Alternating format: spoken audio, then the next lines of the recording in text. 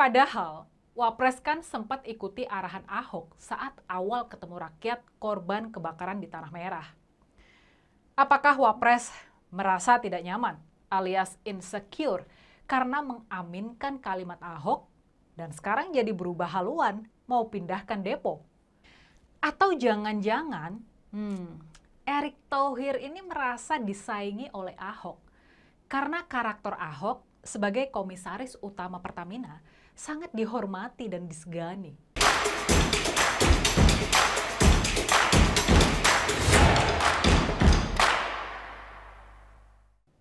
Menteri BUMN Erick Thohir dan Wakil Presiden Kiai Haji Ma'ruf Amin satu suara membela rakyat yang tinggal di lahan ilegal milik Pertamina yang seharusnya jadi buffer zone atau daerah penyangga dari depo Pertamina Pelumpang. Terlihat di berita, dua orang penting di negara ini mau pindahin tempat legal dan kesannya melegalkan yang ilegal. Kenapa logikanya jadi kebalik-balik gini ya? Logikanya sama kayak gunung meletus dan menghancurkan pemukiman penduduk di lereng gunung tersebut, tapi yang mau dipindahkan adalah gunungnya. Ini kan logika yang aneh. Pak Luhut pun sudah mengatakan jangan bolak-balik logikanya. Kalau yang ilegal dilegalkan, itu namanya premanisme. Kalau yang legal terkesan ilegal, namanya lemah hukum. Jangan dibalik ya, jangan dibalik. Ini kalian jangan dibalik-balik. Pelumpang itu udah dibuat di sana, ada daerah kosong atau bumper untuk buffer zone untuk tidak ada kejadian. Jangan ini yang disuruh pindah, orang yang tidak berhak di situ yang harus disuruh pindah. Jadi jangan dibalik-balik. Sebagai rakyat yang mencoba untuk memahami logika Erick Thohir dan Wapres Pak Ma'ruf Amin, ada 4 poin keberatan. Pemindahan depo yang nilainya triliunan itu dianggap menjadi solusi. Tapi solusinya agak mahal, penuh dengan bau-bau proyek. Kalau pindah proyek jalan, duit mengalir. Mahal, dan ini jauh lebih mahal dari relokasi. Ya, saya berharap supaya depo ini supaya lebih aman, itu bisa direlokasi di pelabuhan di daerah Pelindo. Ini saya kira begitu Pak ya. Dan kemudian daerah ini nanti akan ditata ulang supaya lebih teratur, lebih baik dan aman. Puluhan triliun ditaksir akan mengalir dan kemungkinan rembes dan netes ke kantong-kantong para pejabat. Mending tutup aja opsi itu. Apalagi pejabat publik di Indonesia namanya lagi jelek banget. Gara-gara Mario Dendi, Agnes, dan yang kena bapaknya. 4 keberatan yang ada di benak saat mendengar depo Pertamina yang digeser, bukan rakyat yang direlokasi, adalah ini. Pertama, tentu akan menghasilkan persepsi presiden buruk terhadap negara. Negara dianggap lemah dan kalah sama tekanan massa. Jadi ingat kan dengan ormas yang dulu ikut demo menjatuhkan Ahok? Padahal Wapres kan sempat ikuti arahan Ahok saat awal ketemu rakyat korban kebakaran di Tanah Merah.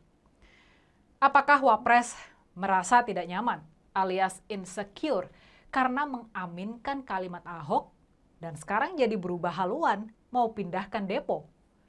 Atau jangan-jangan Erick Thohir ini merasa disaingi oleh Ahok karena karakter Ahok sebagai komisaris utama Pertamina sangat dihormati dan disegani. Mulai curiga.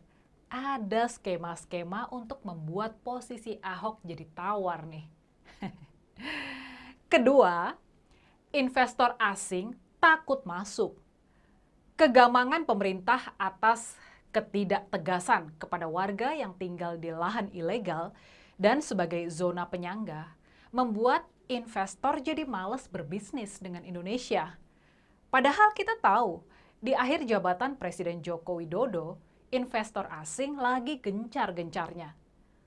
Tapi dengan ini, peluang bisnis bilateral atau multilateral jadi sulit terlaksana. Karena Indonesia pejabatnya masih nggak tegas dan terkesan mau proyek-proyekan aja. Padahal nggak ada yang salah sama proyek. Yang salah itu kalau mempermainkan proyek, plin-plan istilahnya. Yang ketiga, biaya pindahkan depo dengan biaya pindahkan warga, mahal mana coba? Orang yang belajar efisiensi dan efektivitas tentu akan paham betul bahwa memindahkan warga itu jauh lebih murah. Kenapa? Karena perbandingannya puluhan triliun pindah depo dan beberapa triliun saja untuk bangun rusun. Beli tanah, bangun bangunan vertikal, nggak usah tinggi-tinggi, asal nyaman dan aman dari kebakaran, rasanya jauh lebih murah. Rakyat juga mendapatkan kualitas hidup yang lebih baik.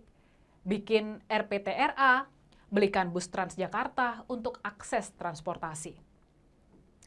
Kalau perlu, bangun juga sekolah sebelah rusun agar anak-anak ini bisa sekolah tanpa harus jalan terlalu jauh. Bikin semua infrastruktur. Semua itu kalau ditaksir biayanya, kira-kira nggak sampai 5 triliun.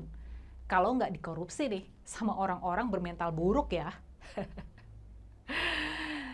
Sebenarnya, keberatan ketiga ini jadi yang paling esensial. Kenapa? Malah mau mindahkan depo. Jadi gini loh, sesimpel ikuti Ahok saja. Tapi kok Erick Thohir ini sepertinya insecure ya sama Ahok. Ada apa denganmu Pak Erick? Apa karena menjelang Pilpres dan karena namanya masuk radar survei, lalu membuat kebijakan untuk mendongkrak elektabilitas namanya?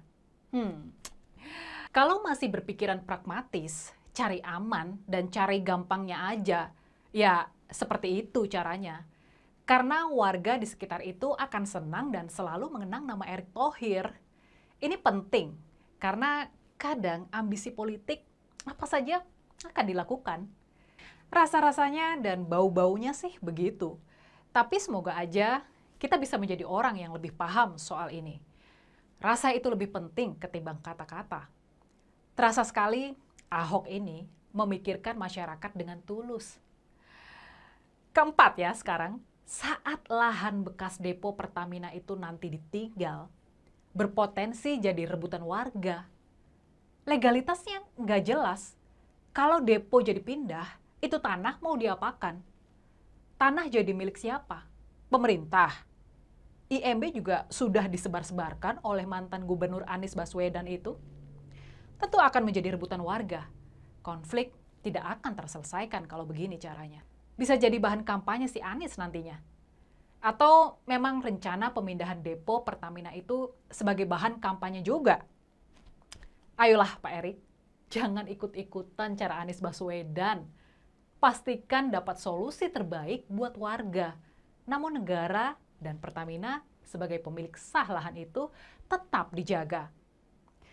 Jadi sekarang kita sudah tahu bahwa melalui Menteri BUMN tersiar kabar bahwa depo Pertamina akan dipindah ke daerah pelabuhan. Walau kita masih tetap berharap kabar atau rencana itu masih bisa diinterupsi karena akan menimbulkan kesan negara kalah oleh para penyerobot tanah milik orang lain.